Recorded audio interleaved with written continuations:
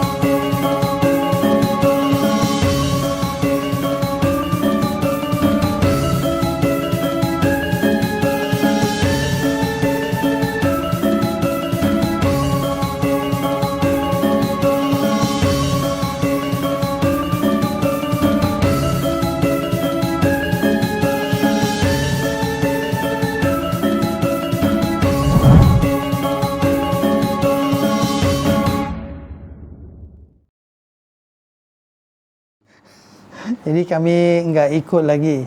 Kami pernah ikut dukun kamu?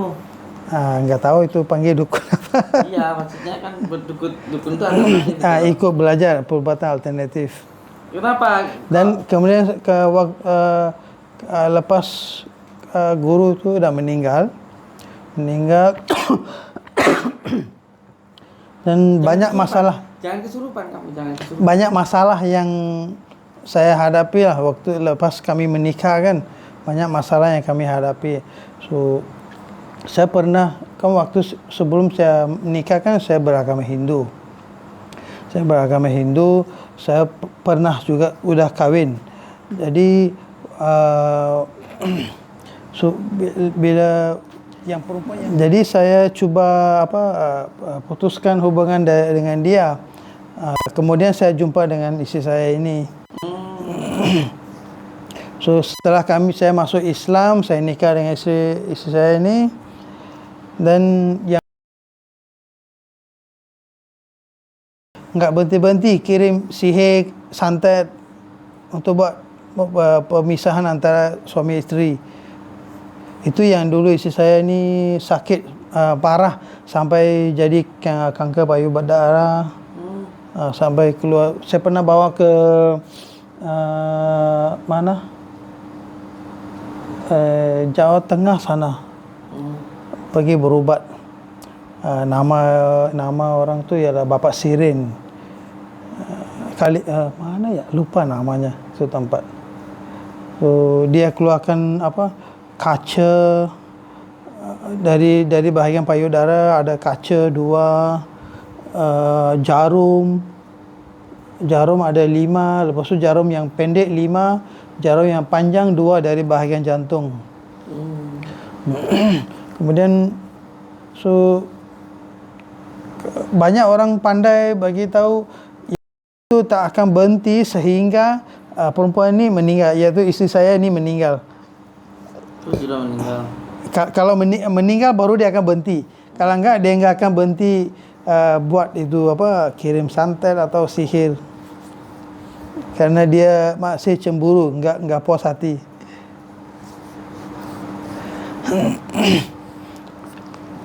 Itu yang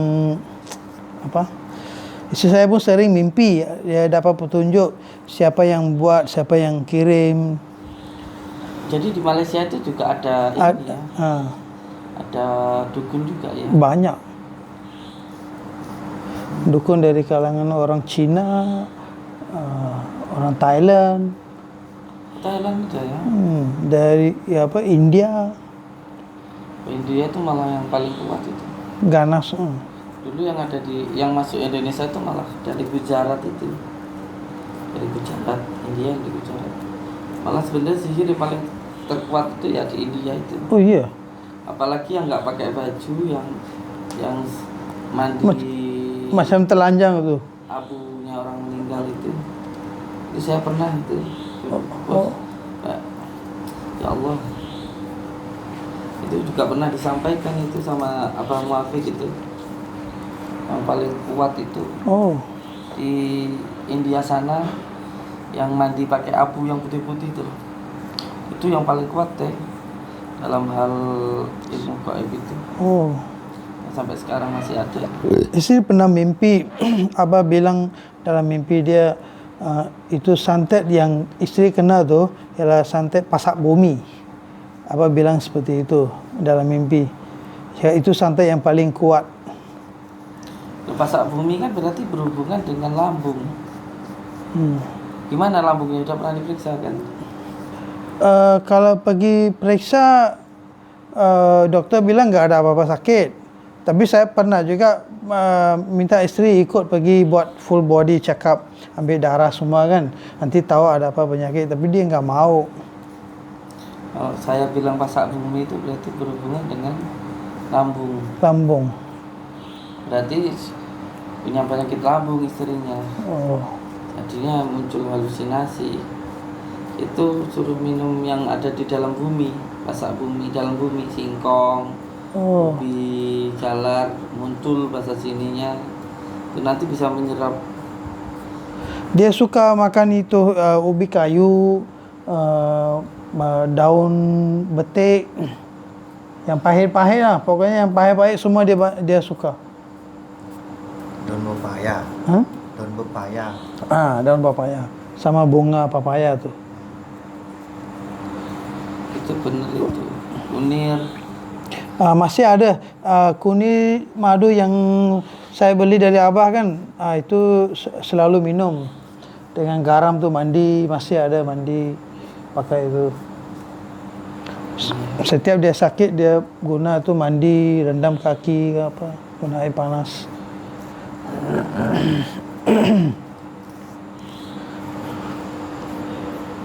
Cuma sampai sekarang udah hampir 15 tahun enggak berhenti-berhenti. Apa? Itu gangguan dari luar tu. Kemudian baru lagi tambah lagi satu orang dari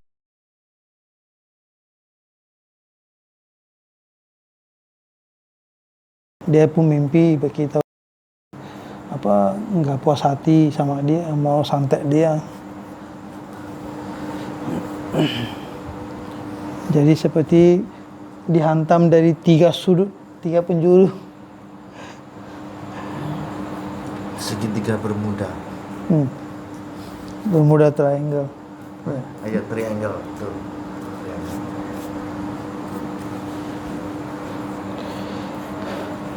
Itu nggak ada cara, Pak, untuk hentikan apa yang mereka buat tu. Saya udah tanya istri saya, itu istri bilang dia juga udah pernah mimpi yang pertama. Lepas tu nanti hanya suruh dia sabar. Sabar terus. Kemudian dia mimpi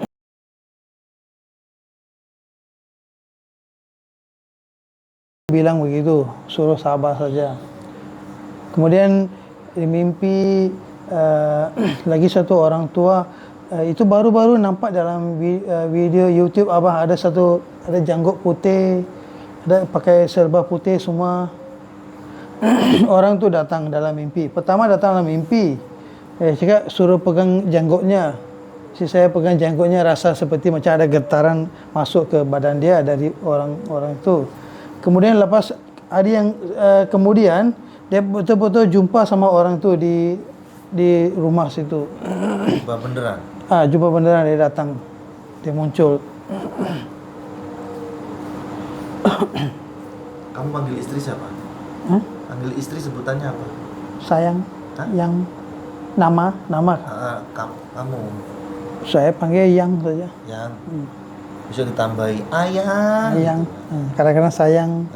Ayang, langsung cium keningnya besok ada pulang ya. Bagi senyum biar tak marah. Kan. Ya. Sering marah-marah. Saya coba buat yang terbaik lah. Ayang gitu ya. Lagi peluk. Saya pun kesian dia sakit terus kan. Sakit-sakit terus.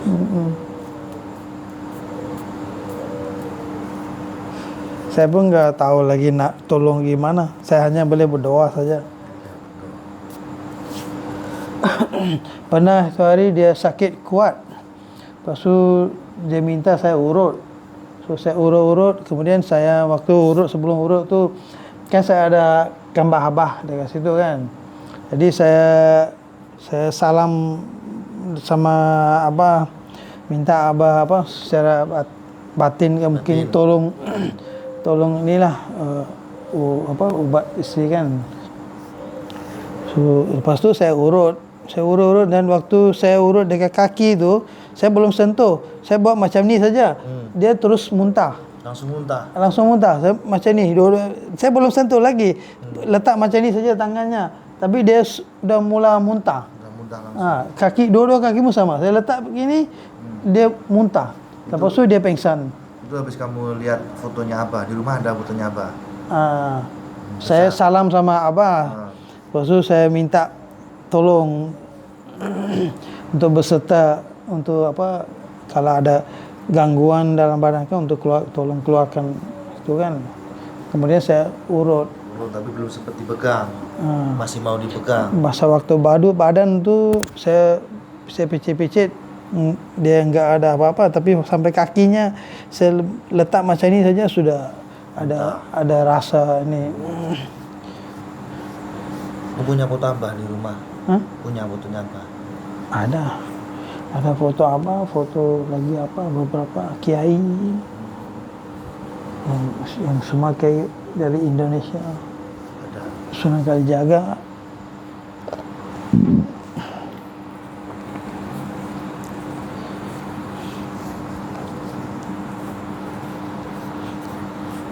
Sambil sholawat dalam miji. Sambil sholawat. Sholawat apa Nurijat?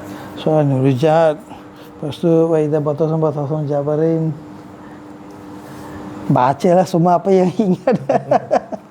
Saya kosa kola ini. Itu saya enggak ingat. Enggak ingat. Enggak hafal. Itu harus diijazahkan atau gimana? Boleh hafal? Yang penting dihafalin. Hafal. dihafalin dulu baru minta ijazah. Oh, Belum hafal kamu? belum. Dulu kan saya pernah ikut Gembelengan seri 5. Belum pernah ikut. Pernah.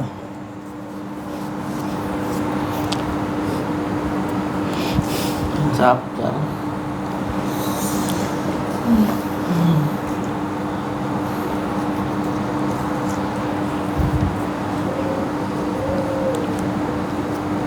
Kita hidup itu cuma disuruh sabar sama Allah. Ya. Kalau kiai saya nggak pernah ngasih menerangkan tentang sabar itu nggak pernah.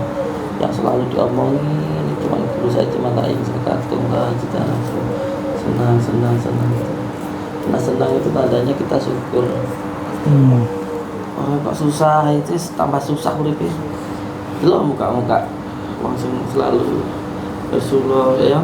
Saya sebab itu saya nggak mau fikir banyak pasal masalah Takut. apapun. Saya fikir yang paling apa? Mungkin yang susah atau paling berat yang kita menghadapi adalah kematian. Kamu kok ustaz toh? Saya ingat seperti itu. Itu yang paling ini kan paling berat kan untuk kita terima kan. Enggak apalah. Kalau mau mati aja lah. Kalau memang itu takdirnya seperti itu, bukan kita tak berkuasa apa-apa untuk mengelak kan. Kalau memang sudah ditakdirkan untuk menjalani hidup seperti ini,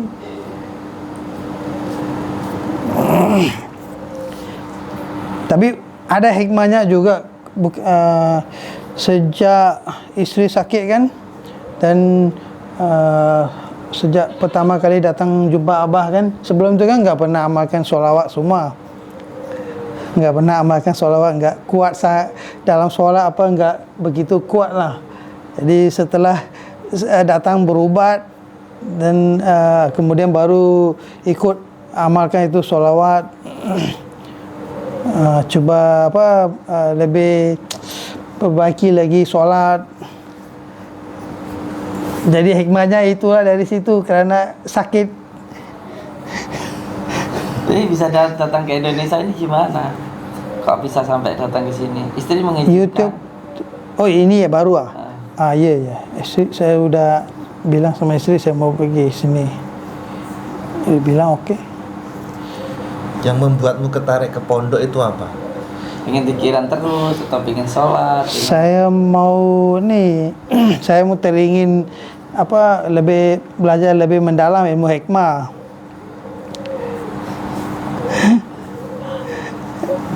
Saya minat tentang ilmu hikmah. Saya dari dulu minat pasal ilmu gaib.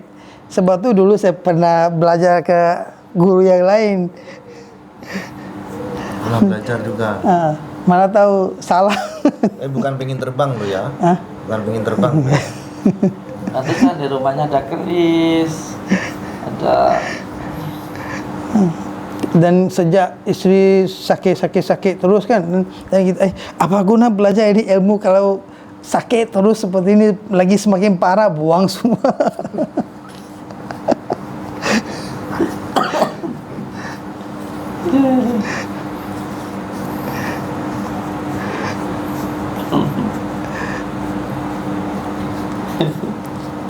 Tapi memang benar, karena waktu belajar ilmu itu kita sudah lupa dengan Allah, kita sudah lupa dengan Yang Maha Kuasa.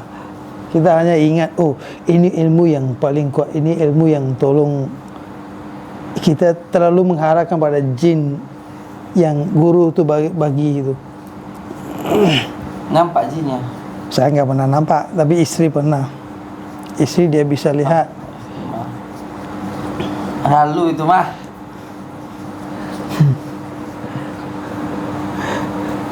Terus.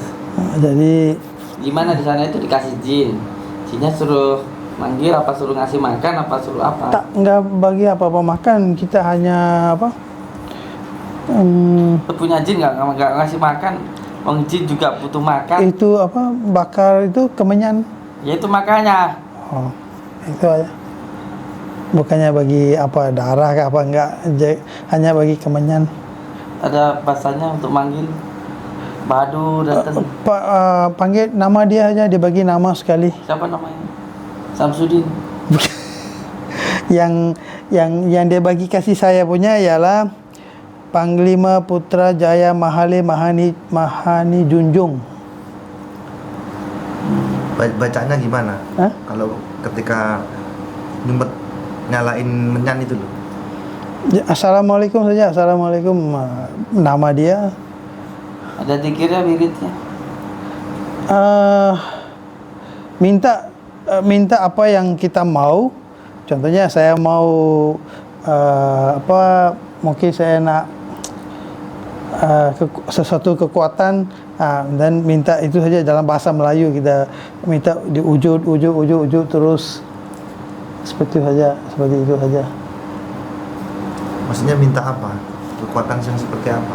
Apa saja yang kita mau, mungkin kita mau membuka mata batin kah atau apa-apa. Contoh dibacain contoh.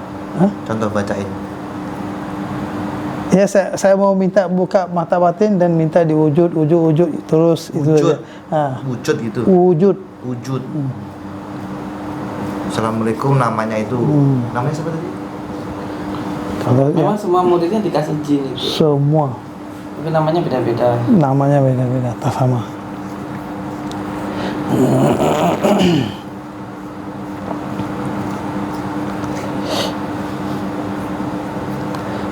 Akhirnya buang semua. Tapi waktu Abah datang kan, lepas Abah datang kan saya buang semua. Itu keris-kerisnya semua saya udah buang semua, amalannya semua saya buang. Dan malam tu saya mimpi dia datang. Dia datang mungkin yang jin yang pernah ikut dengan saya itulah. Dia datang, saya bilang, dia hanya diam saja. Saya bilang sama dia, kamu masuk Islam lah kalau kamu mau ikut saya. Saya bilang begitu, tapi dia diam saja, dia enggak bilang apa-apa. Lepas tu dia sudah pergi. Untuk mengawinkan itu sama jin itu dulu diapain tuh? Enggak ada apa-apa ritual, hanya duduk situ, dia suruh seperti apa, itu gurunya seperti dia berzikir seperti itu, dia panggil dia dan seperti cari jodoh setiap murid itulah yang sesuai dengan murid itu. Orang mana? Asli orang mana itu? Melayu. Udah meninggal, gurunya sudah meninggal. Tapi istri saya mimpi guru itu tersiksa juga. Gurumu tersiksa. Ya itu pakai jin itu. Kenapa nggak ke Allah gitu? Kenapa harus pakai jin itu maksud saya? Kenapa nggak kita? Maksudnya lebih ke orang tua.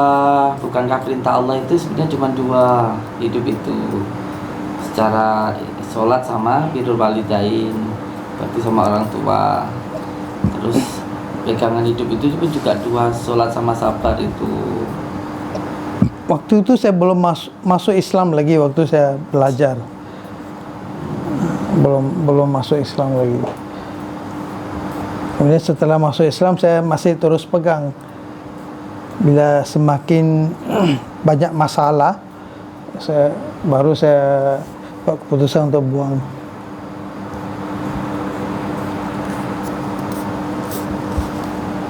Istri saya pun sama, dia sudah buang semua, sudah mau. Setiap guru yang pertama harus setiap gerakannya, setelah setiap perbuatannya itu harus mengajak diri kita kepada Allah. Jika ada guru yang tidak mengajak kita kepada Allah, tinggalkan. Guru itu harus bisa membuat diri kita semakin taat kepada Allah, mengingatkan kepada Allah, mengingatkan kita untuk bisa semakin baik ke orang tua, semakin harus membuat diri kita bersabar. Jika guru tidak mengajarkan itu, maka Tapi guru tu tak pernah mengajarkan seperti ini. Tak pernah mengingatkan, Sholat. tak pernah mengingatkan untuk solat atau ingat dengan Allah selalu, kerana anak muridnya bukan hanya orang Islam, ada juga orang yang bukan Islam. paling tidak untuk mengajarkan kebaikan. Tapi dia enggak pernah mengajarkan untuk buat buruk, buat keburukan, enggak pernah. Iya. Ya, ada 3 hal, ada 3. 1, mengingatkan kepada Allah. Ya. 2, kebaikan. Dan yang ketiga, tidak melakukan keburukan. Itu baik. Tapi yang paling baik mengingatkan kepada Allah. Ya. Mungkin itu yang hikmahnya Allah nak bagi petunjuk jalan keluar dari. Tapi ada satu yang kurang, Mas Ihan, yang selama ini masih mengganjal di hati saya, yaitu tentang sabar. Karena baik itu guru atau siapapun itu, belajar ilmu itu bukan untuk supaya kita itu dihilangkan semua penyakitnya sama Allah. Itu semuanya terserah Allah. Yang penting kita itu sabar dan ikhlas. Kalau ikhlas nanti semua masalah itu lepas. Jadi intinya gitu ya dulu ya, bahwa jenengan itu seperti itu.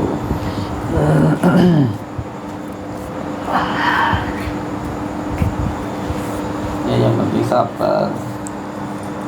Tapi yang masih mengganjal di hati saya, ini juga perlu untuk diketahui semua murid-murid saya semuanya lah, bahwa ilmu hikmah itu sebenarnya bukan tentang kesaktian. Ilmu hikmah itu untuk lebih kesabaran kita. Karena selama kita hidup itu kita akan terus diuji. Nanti takutnya salah pemahaman. Nah, saya nggak enak juga. Ya, sebenarnya sekarang ini kenapa nggak begitu menggebu-gebu orang datang berobat itu? Ya, karena saya pengen itu semuanya itu bisa bersabar, bisa itu penghilang dosa, bisa supaya kita lebih sabar. Karena memang dunia itu tetap tempat menanam. Satu kali kita mendapatkan kesusahan tapi bisa sabar, itu sebenarnya kita menanam. Itu balasannya. Semuanya istri nggak nurut sama kita, terus kita kok nggak selingkuh, itu nanti 7 bidadari yang menunggu kita gitu. Itu seperti itu. Intinya memang kalau saya sih sekarang ini pengen, yang ingin saya sampaikan ke semua santri-santri saya itu, yang saya ajarkan itu adalah tentang kesabaran. Contoh, saya kemarin di penjara, saya kan nggak salah. Ya. Tapi bukan berarti kalau nggak salah terus saya nggak terima, terus langsung pengen bebas, kan nggak begitu. Tapi ternyata bukan berarti kalau kita nggak salah itu kita langsung minta bebas. Tapi karena waktu sibuk, nggak ada waktu untuk zikir, untuk bisa lebih kepada Allah.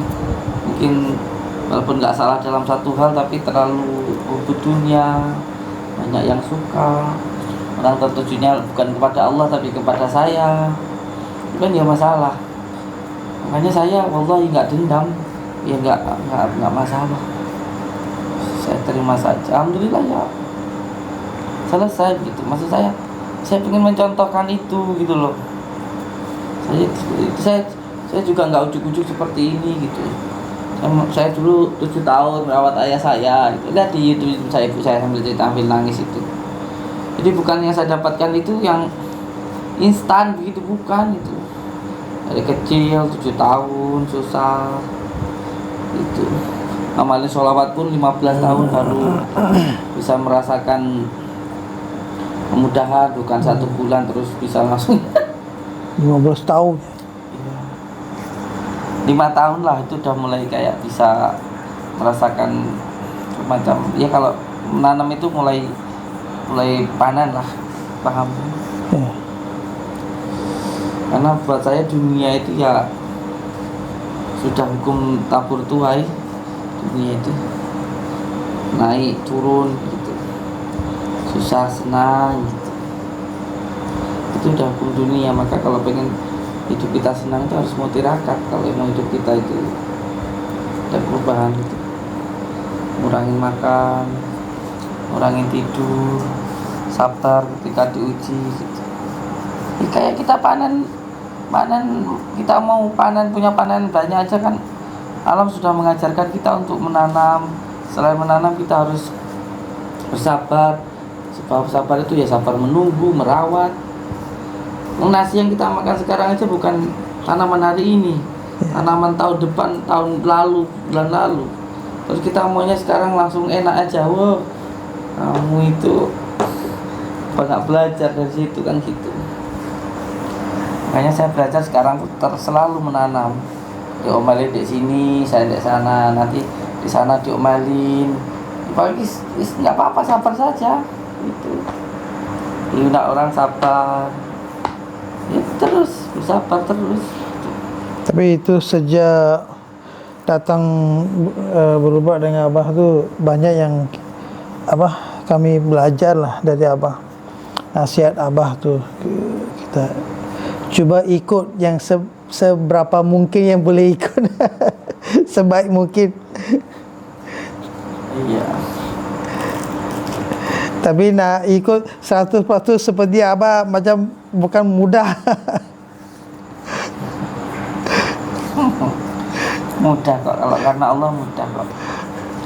Saya sudah benar-benar itu. Makanya melakukan amalan itu semuanya dilakukan karena Allah.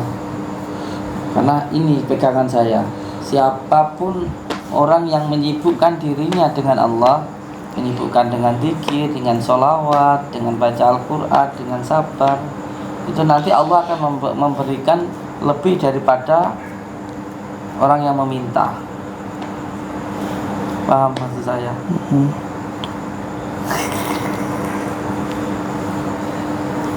Nah, saya itu sedih kalau malam nggak bisa sholat malam. Saya sedih.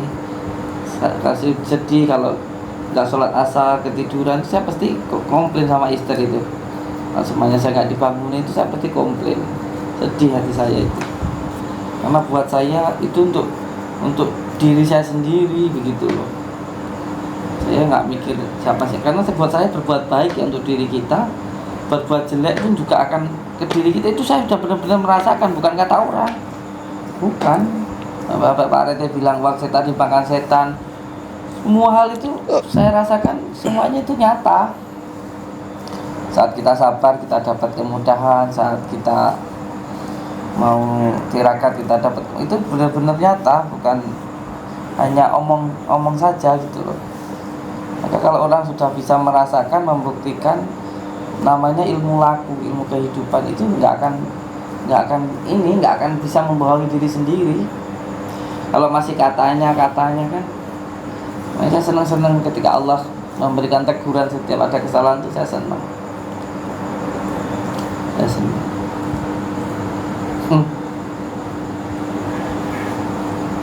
Kayak kemarin itu ya salah. Mati aja.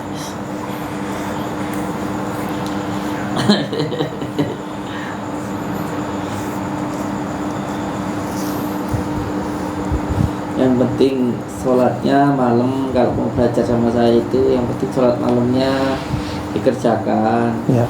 Intinya sholat itu diperbanyak, mulai sholat malam, sholat duha, qobliyah, ba'diyah itu. Terus nanti yang kedua dimulai perbanyak zikir. Nanti dari zikir yang kita lakukan tuh kita jadi sabar. Itu innallaha masabirin, kata Allah. Ada yang sabar itu kekasihku. Ya termasuk jaringan ini bahasa sabar, orangnya baik lah. Baik. Sabar. Al-Fatihah. Ya teman-teman. Mungkin juga ini kesalahan dari belajar dulu yang selalu dikait-kaitkan dengan sihir itu jadi menancap ya tuh ya.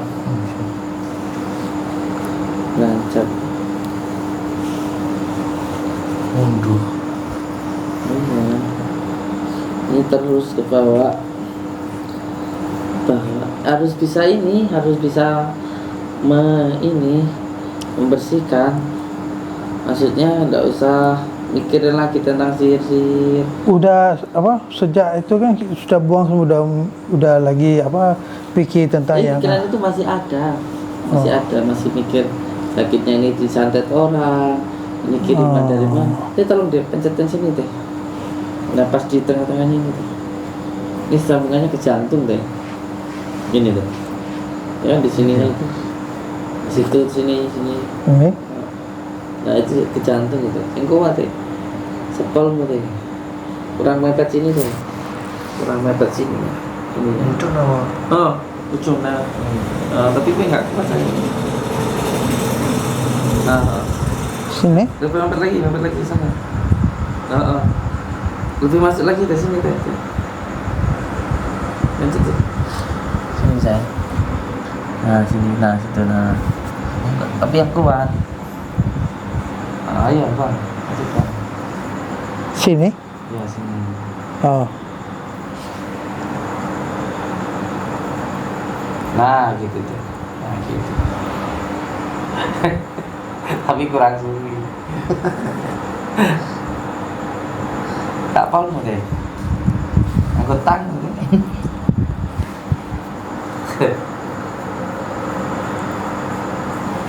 Sebenarnya kayak istri yang di sana itu di sana harus bisa melupakan tentang sihir-sihir itu. Istri pun udah jangan ya ingat jangan berpikir kalau kita itu setiap sakit itu karena ini sihir kena. udah nggak usah gitu. Karena yang memikirkan itu malah yang paling kita khawatirkan itu biasanya terjadi. Masalahnya.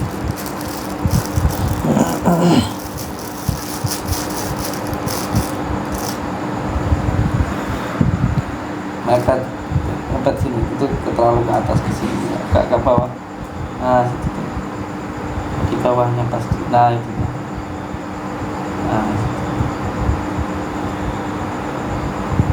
Setan itu sedangnya di situ, kalau wudhu itu harusnya di situ. Terus saya naik dari sini.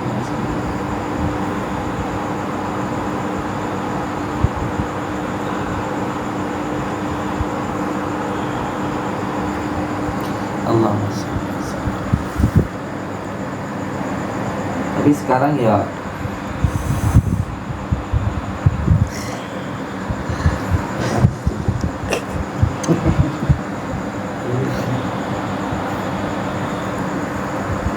saya pun sekarang ya akan, kalau memang medis ya medis, non medis ya non medis. Tapi kebanyakan yang saya ketahui itu kebanyakan psikis sama ini deh, sama medis kebanyakan. Non medisnya itu sangat jarang. Non medisnya itu kebanyakan hanya dari dasim. Dasim itu kesalahan sendiri yang kayak banyak pakai numpuk, kotor-kotor gitu. Itu kebanyakan gitu. Kalaupun ada gitu sedikit itu kayak semuanya rumahnya Pak Rete gitu, cuma karena ada tanah kuburan di depan gitu. Gitu. Terus ada yang mau tempat tinggal di kamar gitu. Kalau saya di rumahnya Rete itu hanya itu yang saya ketahui. Rumah kuburan yang ada. Sebenarnya yang penting malah yang di kamar itu sering diajani gitu. Mungkin dampak dari orang sakit lama gitu mungkin ya. Tapi saya juga pernah, yang saya tahu kalau orang tua sakit lama itu sebenarnya malah barokah loh buat anak itu sebenarnya kan. Nah tapi saya lihat kok di rumah sakit itu ada yang sinkron, terus nanti bikin gampang marah gitu di rumahnya itu ya kamar itu. Nah masukku panas di kamar tuh lengkap. Udah gampang, sering-sering disirami banyu masjid, sering-sering disirami garam, terutama banyu masjid air wudhu milik rumah itu loh. Jadi sholat subuh itu Kalau dalam ilmu hikmah itu kesucian. Jadi rumah yang sering buat wudhu atau wudhunya ditampung buat siram-siram di rumah itu membersihkan. Cucian beras, Cucian beras. terutama air wudhu soal itu.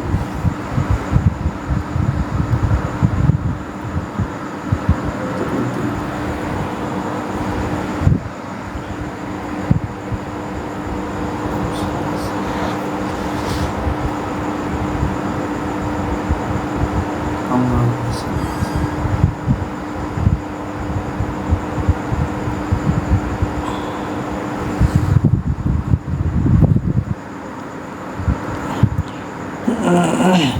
Saya di rumah situ saya ada bangun malam selalu. Cuma kadang-kadang saya mau teruskan 41 hari tanpa putus. Tapi 2 minggu udah sakit. Nanti berhenti lagi, sambung lagi. Sekali berhenti ya udah mau mula balik Malas. jadi malas. Mungkin tunggu 1 minggu nanti baru jalan lagi.